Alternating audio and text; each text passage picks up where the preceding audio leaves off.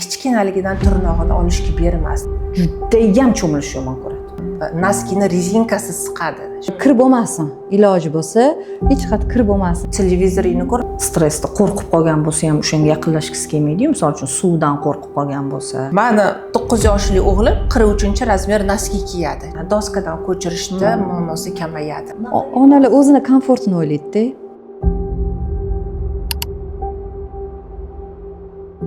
Assalomu alaykum hurmatli tinglovchilar. Bugun biz sizlar bilan hozirgi kunda juda ham dolzarb bo'lgan mavzu, ota-onalarimizni qiynayotgan, ota-onalarimizni qiziqtirayotgan mavzu yuzasidan suhbatlashamiz.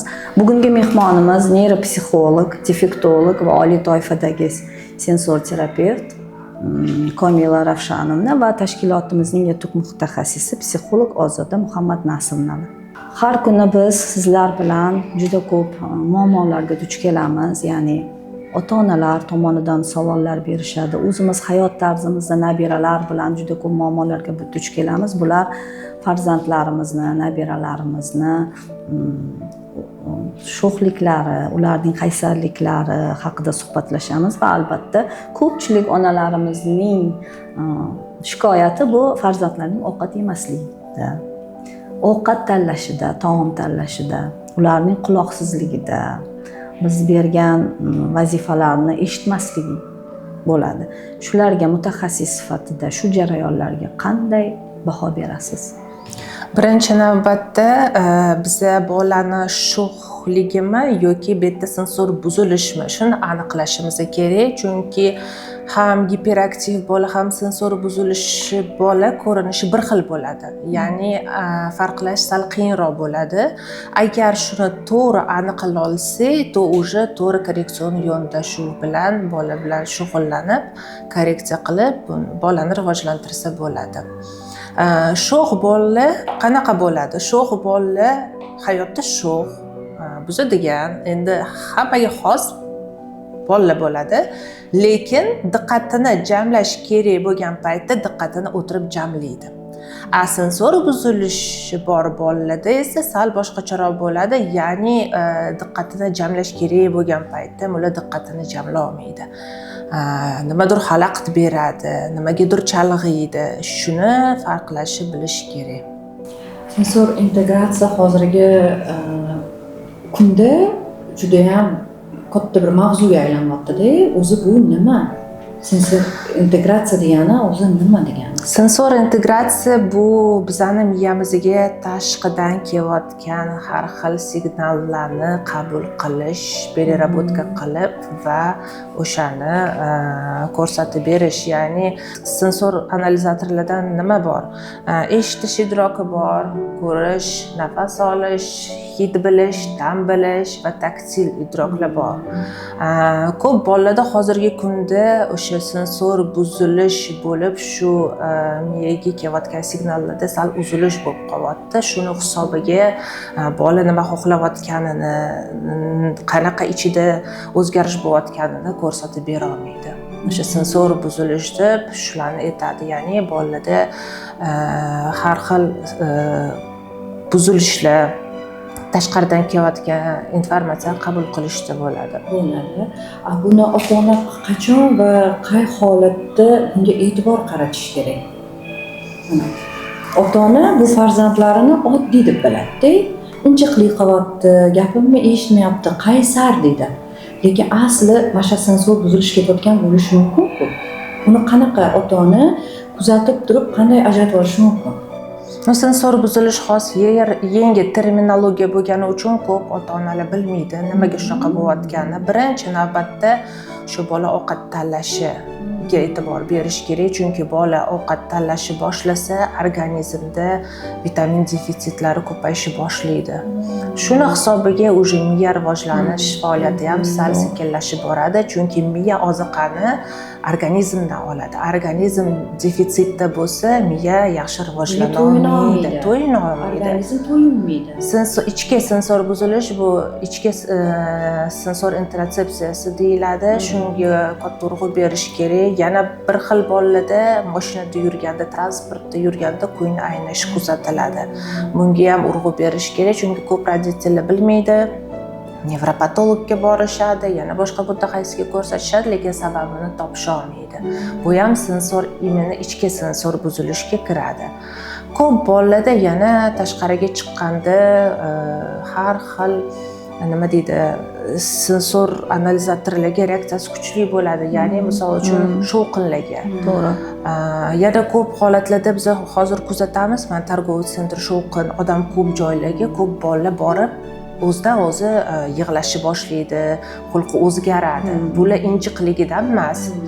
Ya'ni bu bolada sensor buzilish, ya'ni nerv sistemani tez charchashini oqibatida kelib chiqadi. Bu nima degani? Ko'z analizatorlari, именно sensor зрительное восприятие, ko'z tarafdan, слуховое восприятие quloq tarafdan tez перегрузка bo'lganini hisobiga bola уже yopilishni boshlaydi. Ya'ni nerv tizimlari charchagan, bola yig'lashni boshlaydi, injiqlik qilishni boshlaydi. Bolani tarbiyasi yo'q deb родительlar, ota-onalar o'ylashadi. Aslida bu nerv sistemani tez charchashi, именно sensor analizatorlarni перегрузка bo'lishini oqibatida kelib chiqadigan holat. Bunaqa bolalarga qanaqa yordam ko'rsatishimiz mumkin? Qaysi mutaxassisga yo'naltirishimiz mumkin? Birinchi navbatda bolani to'g'ri diagnostika qilish kerak, ya'ni to'liq tekshirish kerak. Qayerda muammosi, ya'ni daraxti ildizidagi muammoni topishimiz kerak. Поверхностный emas, ya'ni ustki qismini emas, именно ichki qismini. Bu bolalarni sensorniy terapevt, ya'ni sensor integratsiya mutaxassis tekshirish kerak o'zini tarafidan. Qanaqa muammolar bor bolada? Ya'ni giperaktivmi yoki qanaqadir ovqat yeyish muammosi bormi yoki o'tirishda muammosi bormi, diqqatida muammosi bormi, nima muammoligini aniqlash kerak. Gipersezuvchanlikmi yoki giposezuvchanlikmi? Shunga qarab bolaga korreksion yondashuv qilinadi. Keyin neyropsixolog ham ishlash kerak. Ya'ni sensor integratsiya bilan neyrini baribir nima deydi, chiziqli o'tgan joylari bor. Chunki baribir yondashadi, ikkita yo'nalish yondashadi. Hamkorlikda olib borish kerak. Defektolog ham qatnashishi kerak deb o'ylayman. Kompleksni bola diagnostika qilinsa, shunda to'g'ri korreksion plan tuzilib, bola ham vaqt yo'qotmaydi, ham to'g'ri yo'naltiriladi, korreksiya qilinadi. Komil Rashamni bilasizmi, hozir men bir xulosaga keldim-da. Avvallari biz o'z farzandlarimiz bilan muloqot qilganimizda, misol uchun qaysidir farzandim limonni yaxshi ko'rib iste'mol qilardi. Qaysidir aksariyat holatda farzandlar yemas edi-da, bittasi limonni yaxshi ko'rib yedi-da. Men bunga oddiy qarardim. Keyin yana bir hozir xulosam shuki, kimgadir qaysidir taom yoqadi, kimgadir qaysi taom yoqmaydi. Kimgadir vitaminli, misol uchun sholg'om, sabzilar yoqadi-da. Qaysidir bola mana shu tashkilotimizda ham ovqatlanish jarayonida bolalarni kuzatadigan bo'lsak, ichidagi hamma sabzavot mahsulotlarini chiqarib tashlaydi.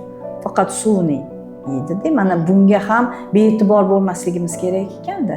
Biza oddiy holat, ha bu o'tib ketadi, o'zim ham yemas edim yoshligimda vitaminli shunaqa sabzavotlarni deb qaramasligimiz kerak ekanda. Men hozir siz bilan bo'lgan suhbatda shu fikrga keldim-da, shu xulosaga keldim. To'g'rimi? Agar misol uchun biza paytda ham yemas edik, biza misol uchun har xil sabzavotlarni nimalardir to'g'ri, lekin baribir chegarasi bo'lardi. Hozirgi bolalarni kuzatsak, ularning ratsionida 3-4 ta narsa bo'ladi. Ya'ni free yeyishadi, gluten mahsulotli qanaqadir bulochkalar yeyishadi, yana nimadir guruch yeyishi mumkin, yana nimadir bo'ldi. 4 ta narsa. Bu уже so'z trevoga, ya'ni bunga urg'u berish kerak. Endi tasavvur qiling, bu yeyotgan narsalardan olayotgan organizm qancha vitamin bor, qancha defitsiti bor. Defitsitini ham полный aniqlab, shu defitsitlari bilan ishlansa, bola to'g'ri rivojlanadi, ham sensor analizatorlari sal bosiladi. Ya'ni siz demak bola to'yadi, lekin unda organizmga kerak bo'lgan vitaminlar shakllanmaydi. Lekin bola o'zida to'yish hissini bo'ladi-da bolada, lekin ochlik hissi ketadi. Ochlik hissi ketadi. O'sha yegan mahsulotlar bilan sevib iste'mol qilishadi. Mana o'zimizning nabiralarimiz ham hot-dog, gamburgerlarni sevib iste'mol qilishadi. Lekin demak ochlik hissi yo'qolib, lekin organizm o'ziga kerakli bo'lgan minerallar, mikroelementlarni olmaydi. Ularchi bolalar nima tanlashadi? Tez to'yinish anaqasini tanlashadi, yo'lini. Bu nima? Yo shirinlik, yo gluten mahsulotlari organizmni tez to'yintiradi, no oziqa bermaydi. Shu muammo hozir kuzatilyapti. Ovqat tanlash kerak bolalar, baribir o'zini nima deydi, yasi bo'ladi, lekin me'yori bor. Shu me'yoridan chiqish kerak emas. Bu o'zi kasallikmi, kasallik emasmi? Sensor integratsiyasi buzilish bo'lgan mana bolalar. Kasallikmi, kasallik emasmi? Sensor buzilish bu ko'proq nevrologik holat, ya'ni organizmning disfunksiyasi hisoblanadi. Demak, kasallik Bu emas. Kasallik emas. Buni korreksiya qilib, to'yintirib, rivojlantirsa bo'ladi. Agar bee'tibor bo'ldi deylik, ota-ona bog'cha yoshida bee'tibor bo'ldi, bu nimaga, qanaqa oqibatlarga olib keladi? Keyinchalik o'sha bog'cha paytida, o'sha o'qish jarayonida bolalar o'zlashtirishdan sal orqada bo'ladi, ya'ni diqqatini o'qish jarayoniga jamlolmaydi. Boshqa bolalarga xalaqit qiladi. Uxlayotganda ham mana tinch yota olmaydi. Ko'p qimirlaydigan bolalar bor. Uyqu paytida tepadi, ag'dariladi. Bu ham sensor buzilishga kiradi. Maktab programmasini o'zlashtirmas, вообще maktab bog'cha programmasini o'zlashtirmaslik, ya'ni miya qabul qilmaslik, Qiyinchilik, yozishda, o'qishda ham muammo bo'lishi dispraksiya ham bo'lar ekanda, yozish bilan. Dispraksiya holati ham bo'ladi, chunki sensor buzilish уже onani qornidan boshlab rivojlanadi 7 yoshgacha. Основной payt.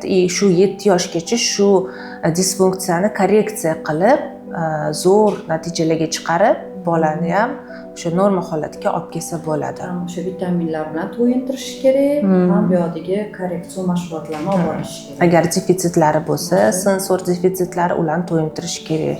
No, ularni bilish uchun to'g'ri diagnostika qilish kerak. Ya'ni tanada qaysi qismida giposezuvchanlik, qaysi qismida gipersezuvchanlik. Bu tanani ham har xil, misol uchun o'ng qo'limda boshqa, chap qo'limda boshqacha ham bo'lishi mumkinmi? Misol uchun o'zimni tajribamdan kelib chiqqan holda aytaman, mana o'zimni o'g'lim kichkinaligidan tirnog'ini olishga bermasdi. Bizda shunaqa to'polon bo'lardi. Mana 7 yoshgacha bizda muammo bo'lgan. Men tushunmasdim, og'ritmayman, boshqa qilmayman, nimani hisobiga shunaqa muammo. Bu sensor buzilish ekan, bilmaganman. Keyin choch oldirish bizda eng katta muammodan choch oldirish Hamma bo'lardi. bolalarda, aksariyat bolalar soch oldirishdan qo'rqadi. Imenni bosh qismini gipersezuvchanlik hisoblanadi. Shuni hisobiga bolalar Tirnoqda demak barmoqlarda. Tirnoqni oldirmaslik barmoqlarda. barmoqladi, konечности. Yog'idagi bosh sochni oldirmaslik demak boshida. Bosh qismiga gipersezuvchanlik, shuni hisobiga bola ham cho'milishda muammo bo'ladi, ya'ni dush qabul qilayotganda yoqmaydi. Erkalaryapti deydi, suv yoqmaydi deydi, ham choch oldirishda muammo bo'ladi. Hozirgi holatni ko'p kuzatamiz, bolalar Siz ham bolalar juda Endi Komila Roshanni qanaqa qilib bolalar bilan munosabat qilib, qanday qilib shularni bartaraf qilish mumkin? To'g'ri yo'lga yo'naltirish mumkin. to'yintirish kerak. O'sha qayerda defitsit bo'lsa, sensor analizatorlar shuni to'yintirish kerak. To'g'ri to'yintirish. Misol uchun barmoqlarning uchi bo'lsa, imенно o'sha barmoqlarning uchiga urg'u berib ishlash kerak bo'ladi. Bosh qismida bo'lsa, o'sha bosh qismiga urg'u berib to'yintirish kerak. Shunda kamayadi. Men nabiram Muhammad Umarim judayam cho'milish yomon ko'radi. Suvdan qo'rqadimi? Necha yosh? Dod deydi. 2,5 yosh. Dod deydi. Bunda balki tana qismida ham sensor buzilishi bo'lishi mumkin. Buni bilish kerak. Bir xil bolalar misol uchun naski kiyish muammosi ham bo'ladi, kuzatiladi. Naskini rezinkasi siqadi. Shunchalik gipersezuvchanlik bo'ladi yuqori bolada. Naski kiysa dod deydi. Mana 9 yoshli o'g'lim 43-razmer naski kiyadi. Chunki kichkina naskilik kiya olmaydi. Siqadi deydi. Siqadi, yoqmaydi. Kiyimlarni ham xuddi shunaqa 3-4 razmer katta kiyim olamiz, chunki tor turish bo'lmaydi, ya'ni nerv sistemasini o'ynatib yuboradi. Bolada noqulaylik olib keladi. diskomfort deymiz-ku, noqulaylik olib keladi, g'ashi keladi-da, mana xalq tilida aytganda biz aytamiz, g'ashim kelyapti, olib tasha deymiz.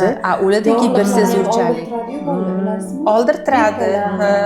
Bu ham gipersezuvchanlikka kiradi. Sal mundoq tiyib ketsam, o'sha 3-o'g'limda mana bilmagan ekanman, hozir mana analiz qilib, demak bolamda ham buzilish bo'lgan ekanda deb o'ylab qoldim. Hozir joyiga tushgan u bolamda. O'sha paytda sal tiyib ketsam, ay og'riyapti derdi, lekin unaqa qattiq tegilmas edi-da. Keyin kolladan juda qo'rqardi, misol uchun. Anaqaga tushib qolardi-da.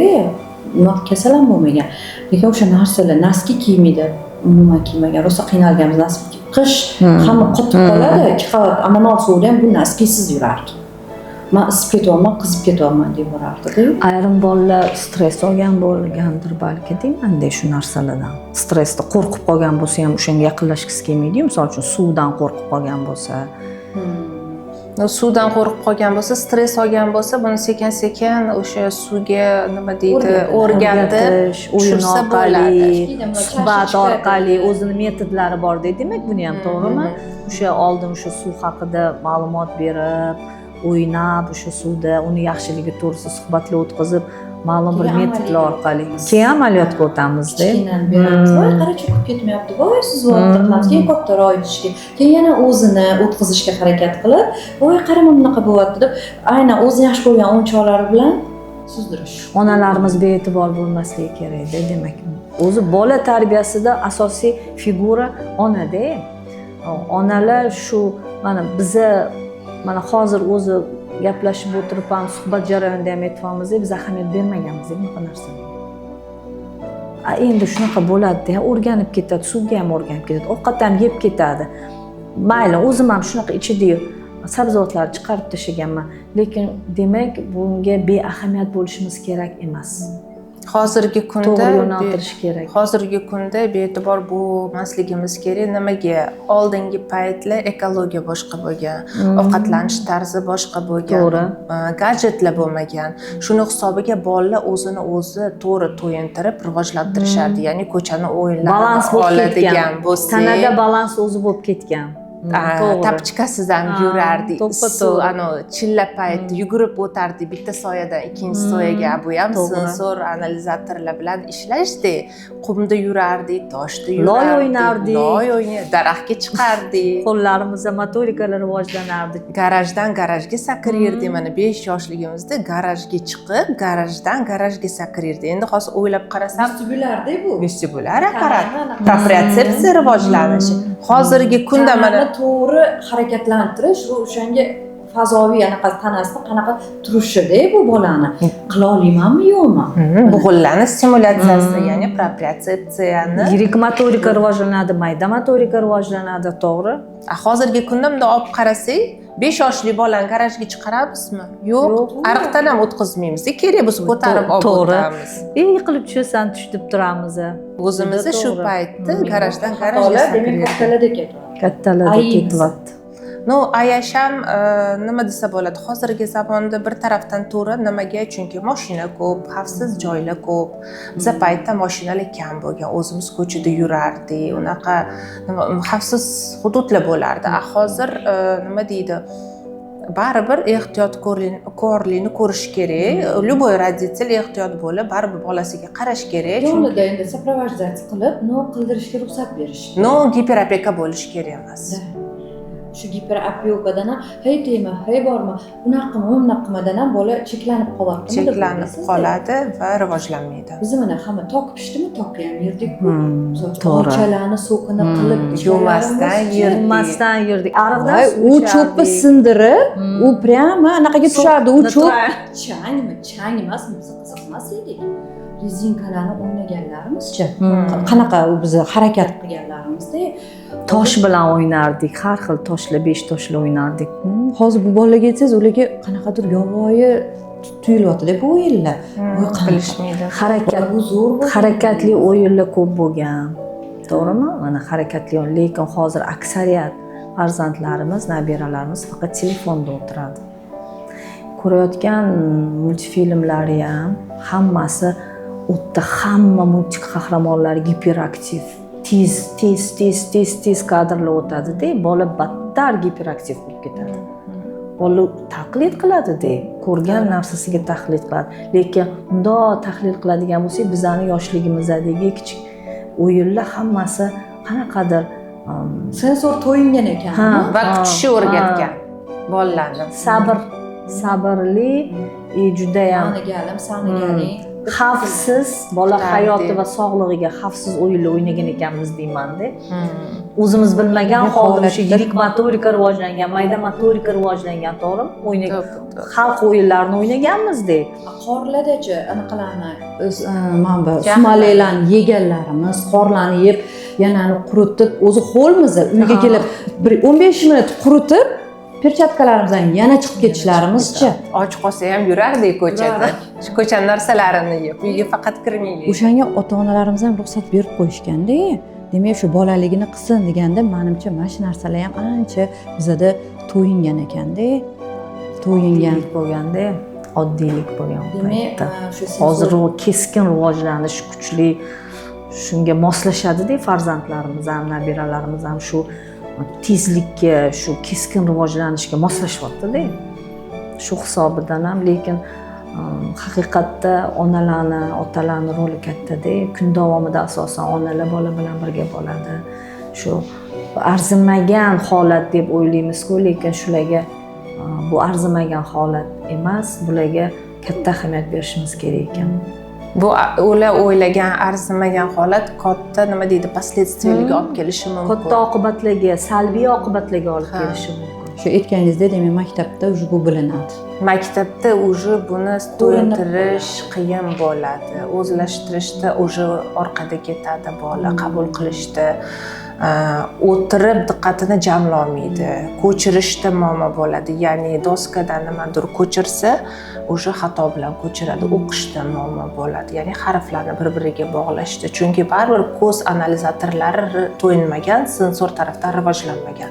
Shuni hisobiga bolada motor rivojlanishi ham orqada bo'ladi. Ya'ni sensor to'yinmagan bo'lib qolib ketadi. Bola ikkichi degan nom oladi. Nima deydi? Ikkichi emas, bola biladi.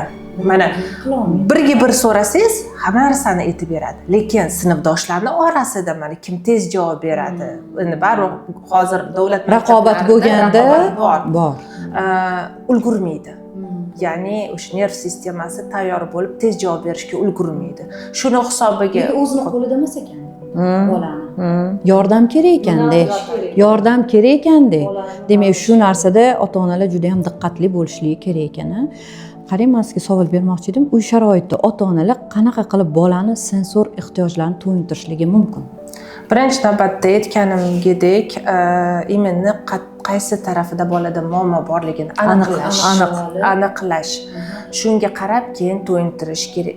Eng nima deydi, oson to'yintirish narsa bu 5 yoshdan kattaroq bo'lgan bolaga idish-tovoq yuvish. Ya'ni hozirgi kunda biz nima qilamiz? O'tiradi, televizorni ko'rma, o'zimga tez qilib tashlayman. Посудомойка bor. Посудомойка bor. Lekin именно idish-tovoq yuvish planирование, ya'ni o'sha planlashtirish, mayda motorika, sensor analizatorlar, ya'ni taktil sensor analizatorlarini to'yintiradi va motorika rivojlantiradi. Shu orqali ham miya faoliyati rivojlanadi. Birinchi navbatda shu idish-tovoq bilan ishlash.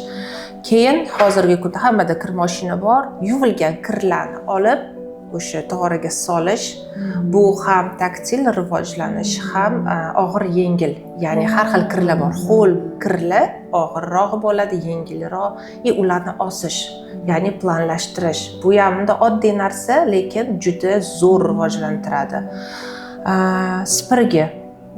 Hozirgi kunda bizda uyda spirgilar уже yo'q bo'lib ketyapti, lekin shotka sifat bo'lib ketyapti. Kuchlar bundan foydalanadi. Yoki shotka sifat ho'lilar yoki yuviladi karsher bilan yoki shlanka bilan yuvilyapti.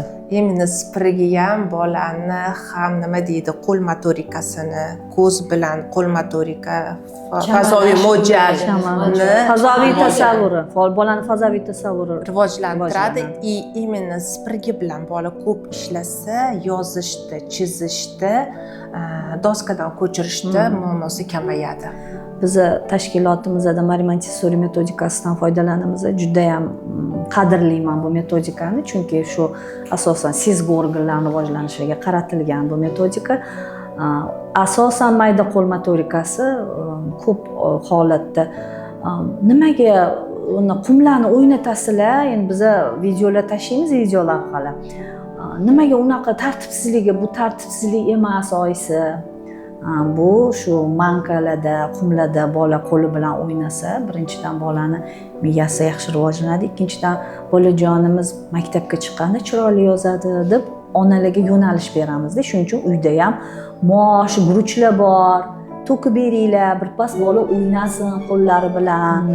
Ham bola tinchlanadi, ruhiyati tinchlanadi, ham bolani mayda motorikasi rivojlanadi deb onalarga shunaqa yo'nalish beramiz. Bu ham bitta o'yin orqali bolani sensomotorikasini rivojlantirishda, asosan Montessori metodikasi o'yin orqali rivojlanish belgilab berilgan. Shu usullardan ham foydalanamiz. Bularni onalarimiz ham uyda foydalansa bo'ladi. Yaxshi metodika, oddiy metodika, sodda metodika. Shu mana idish yuvish aytyaptilar, o'zimizdan u yumushlari ekanda, endi qarashsa qizaloqlik paytimizdan idish yuvganmiz, idishlarni yuvishni yaxshi ko'rganmiz, navbatma-navbat singlim bilan idish yuvganmiz. Hozir aytganingizdek, hozirgi onalar voy tema kiyimingni iflos qilib qo'yasan, voy hamma yog'ing ho'l bo'ladi tema deymiz-ku, lekin buni natijasi ijobiyligiga onajonlarimiz ahamiyat berishmaydi. Shunga ahamiyat berish kerak. Shu elementar uy vazifa, uy ishlari orqali ham bolani zo'r rivojlantirsa bo'ladi. Hovli bo'lsa, masalan uchun hovlida ham toshli hudud bor, gazonli hudud bor. O'sha yerda yalangoyoq yurib rivojlansa bo'ladi bola. Даже kiyimini yoz kunlarda imенно kiyimini ho'l qilib, shu ho'l kiyimida yursa ham quyoshda, soyada u ham zo'r sensor to'yinishi bo'ladi. Ya'ni yana barmoqlarga urg'u beradigan bo'lsak, o'sha turna olishda ko'p roditellarimiz, ota-onalarimiz, ko'p ko'chadagi insonlardan eshitamiz, muammo bor deb, ularni ham xuddi shunaqa to'yintirsa bo'ladi. Oddiy prishepka. Kir iladigan prishepka. Mashg'a qilib har kuni ozginadan o'yin tarzida siqib borilsa ham betdagi kamchilik bo'lgan sensor analizatorlar to'yinadi. Shundan keyin o'sha bola tirnog'ini olishga beradi sekin-sekin. Unga vaqt kerak. Keyin har xil sensor taktil siz aytganingizdagi analizatorlarni rivojlantirishadi. Qum, tosh, bu ham zo'r rivojlantiradi. Betdagi kamchiliklarni bartaraf qiladi. Ya'ni barmoq qismidagi bo'lgan kamchiliklar kamayadi. Chunki hozirgi kunda ahamiyat beradigan bo'lsak, ko'p bola даже banan ushasi irganadi, ya'ni qo'lini bundaqa qilib artmagunizcha qo'ymaydi. Shunaqa tartibga o'rgatib qo'yganmiz. Yo, bu shu tartibli bo'lami yoki o'sha buzilishi bormi? Betda gipersezuvchanlik, ya'ni qo'l qismida yuqori bo'lgani uchun даже g'alati tuyuladi, bananni po'chog'i ham даже nima deydi, g'ash keltiradi. Biz shuni to'yintirishimiz kerak, chunki bu artib ham ketmaydi-da. O'sha loy o'ynasa ham indamasligimiz kerak. To'g'ri, me'yori bor, lekin nazoratda o'sha loy o'ynaydimi, qum o'ynaydimi, suv o'ynaydimi, bolani nazoratda o'sha to'yinish kerak. Bola o'sha o'ynab maza qilib to'yinish kerak-da. Ruxsat ham bo'lishi kerak ekanda. Ruxsat bo'lishi kerak. Mana biz nima deymiz? Kiyimingni iflos qilib qo'yasan, qo'ling og'zingga solasan keyin. Onalar o'zini komfortini o'ylaydi-da. Hozirgi uylar hammasi oppoq, nima deydi, stilda-ku, kir bo'lmasin, iloji bo'lsa, hech qat kir bo'lmasin degan anaqada, demak bolalarni ham chegaralab qo'yayotgan ekanmiz-da. Tegmasin, qo'ymasin, tegmay qo'ya qol, keyin o'zim qilib qo'ya qol, voy bu qilguncha 1000 marta o'zim qilib kelaman deydi. Lekin bu yerda bola o'sha qilganda ham to'yinadi, ham tartibga o'rganadi, ham mehnatga o'rganadi, hammasi birdek ekanda. Demak, shu narsani ko'proq bolaga ta'lim tarbiya berishda mana kun davomida biz sayr jarayoniga olib chiqamiz. Va sayr juda katta rol o'ynaydi-da ta'lim tarbiyada. Uni ham o'zini 5 ta bo'limi bor. Shu kuzatish, mehnat, harakatli o'yin, hammasi rejalashtirilganda. Shu sayr jarayonida bog'cha paytimni esladim hozir. Sizlar bilan suhbatlashib, biz kuz davrida bayla to'kilgan paytida tarbiyachimiz bog'chaga ayvonchasiga olib chiqib, shu bog'chani maydonchalarida haligi barglar bilan o'ynardik-da, ustimizdan sochardik, tepardik-da, shunaqa zavq olardik. Men hozir buni izohlab bera olmayman desalarga yetkazib ham bera olmasam kerak, maza qilardim o'sha baylanib osmonga otib. Mana hozir ham shuni eslayman-da, hozir ham yaxshi ko'raman shunaqa jarayon. Keyin qorda ham mumkin emas shamollab qoladi demagan bog'cha opamiz. Biza qorda ham sayr jarayoniga chiqqanmiz. Shu qorni g'irch qilib bosishlar, o'shalardan biza ruhan zavq olganmiz. Ham qorda yotardik, ham cho'milardik, ham o'ynardik. Yurdik, mazza qilib, oradik, yeb olardik. Maktab Issiqlarda ham kunni issig'ida chiroyli oq boshimizga shapkachalar kiyib, gullarga suv quyardik, daraxtlarni sug'orardik deb bir zavq olardik-da shu jarayondan. mana mashinani kamaytirish kerak. Hamma mashinada deyarli bir 90% odam kelmaydigani ham kolyaskada olib kelishadi. Kolyaskada olib 5 yoshli bolani ham kolyaskada olib kelishadi. Buni ham mana piyoda shu tashkilotdan, bog'chamizdan uyigacha bo'lgan nima deydi, oraliqda qancha tarbiyaviy ish olib borsa bo'ladi-da. Mana atrof muhit bilan tanishtiradi, suhbatlashadi.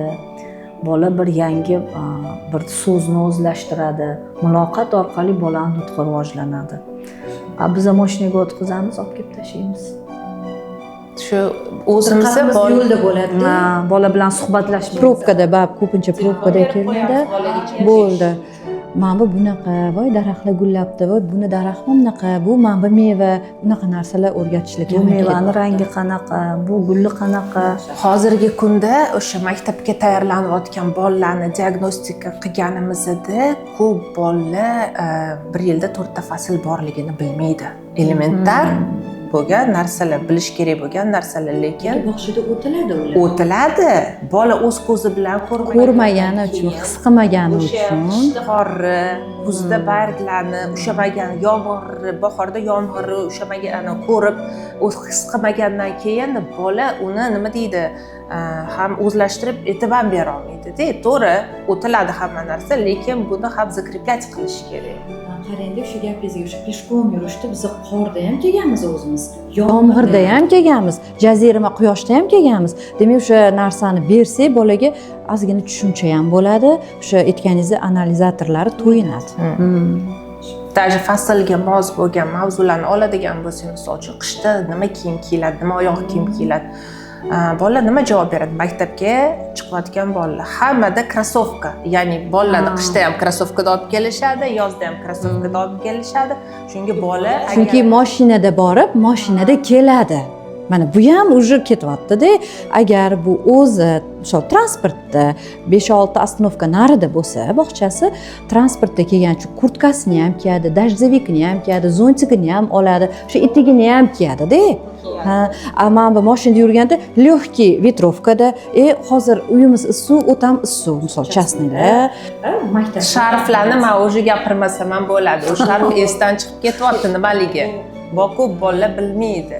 Xuddi shunaqa, misol uchun kuzda barg to'kilishi, yozda mevalar o'sishi, bahorda daraxt yangilanib, yangi baylar chiqishi, shuni ham bilishmaydi ular. Ajratib bera olmaydi. Nimaga ajratib bera olmaydi? O'zlashtirish emas, bu yerda muammo bola ko'zi bilan ko'rib, qo'li bilan ushlamasligidan. ota-onani ham xatosi deyishimiz mumkin. Desa bo'ladi. Asosan ota-onani xatosi. Onajonim rahmatli bizga zontik olib berganlar, soyabon. Juda ham xursand bo'lganman-da. Hozir emotsiya juda boshqacha bo'lganda, menga bir yangilik bo'lganda, o'sha zontik tutib bog'chaga borishdi. Tezroq yomg'ir yog'ishini yomg'ir kutib o'tirardik-da singlim bilan. Xursand bo'lib ketardik. Sani zontigim mana qarang, men zontigim. Men nabiralarimga zontik olib bersam, reaksiya ham berishmadi-da. Nimaligini yaxshi tushunishmaydi ham. Biladi, что yomg'irda, lekin shu zontikingiz 2-3 nevarangizga ham o'tib ketadi. Shundoq, chunki ishlatilmaydi demoqchiman. To'g'ri. Suhbatdan xulosamda o'zimni xulosam. Demak, bolalarning mashinangiz bo'lsa ham, demak, shunaqa yomg'irli kunmi, davay peshkom boramiz. Qorli kunmi, birga boramiz deb o'rgatish ekan-da, menimcha. Hammasi o'zimizda, o'zimizdan yo'naltirsak, Demak, biza dangasa ekanmiz-da, ota-onalar dangasa ekanda, shunaqa deb qaraymiz. Bizani bitta bo'tta katta aybimiz xatolik qilish. Biz qulaylikka o'rganib qolganmiz. Qulay bo'lsa bo'ldi.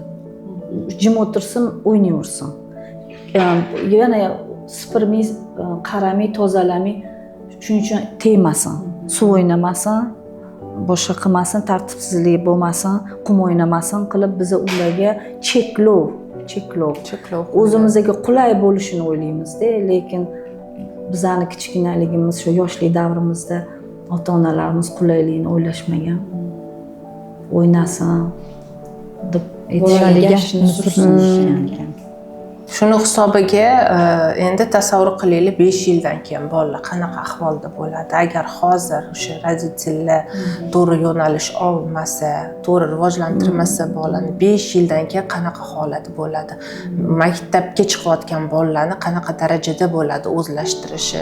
Bu ham katta baribir ahamiyatga ega bo'lgan mavzuda. Hozir agar shunga urg'u berib, shuni ustida ishlanmasa, 5 yildan keyin bundan ham achinarli holatlar kuzatiladi. Tushunarli. Komil Ravshanova, oxirida suhbatimiz oxirlab qoldi. Sizni bizni ota-onalarimizga, mutaxassislarga beradigan tavsiyalaringiz bor. Albatta, shu tavsiyalaringizni eshitamiz.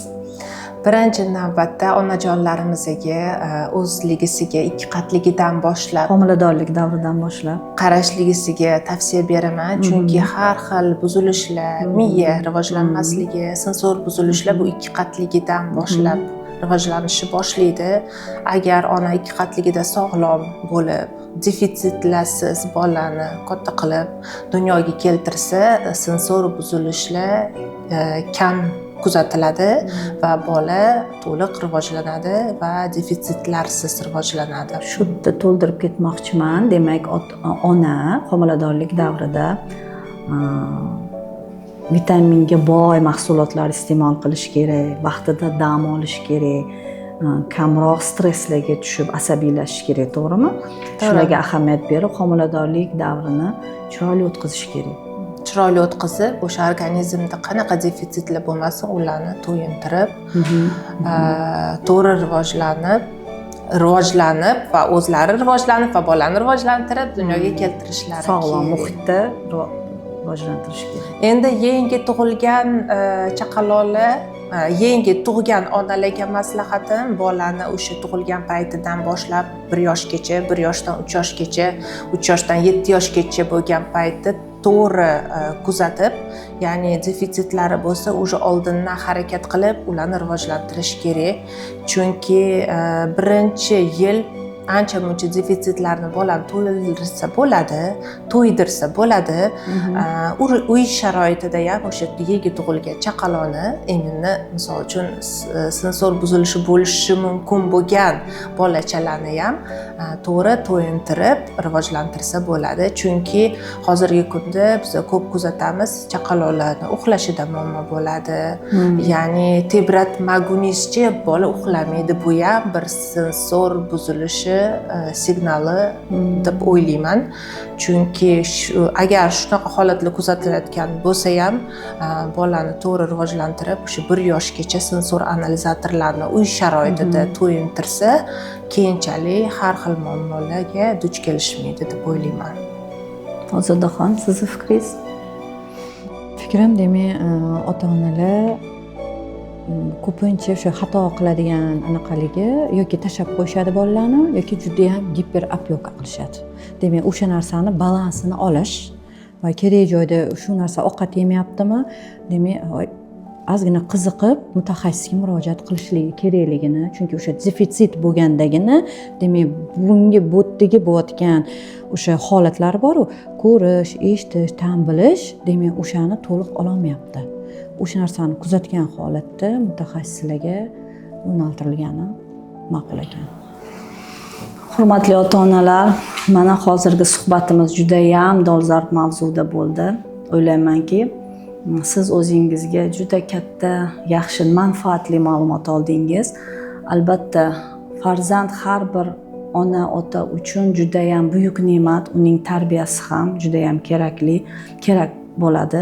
Shuning uchun har bir holatiga farzandimizni, har bir u bilan bo'layotgan o'zgarishlarga befarq bo'lmasdan ahamiyat berib, farzand bilan baravar birga hayot kechirib, birga yashasak biz yaxshi natijalarga erishamiz. E'tiboringiz uchun rahmat.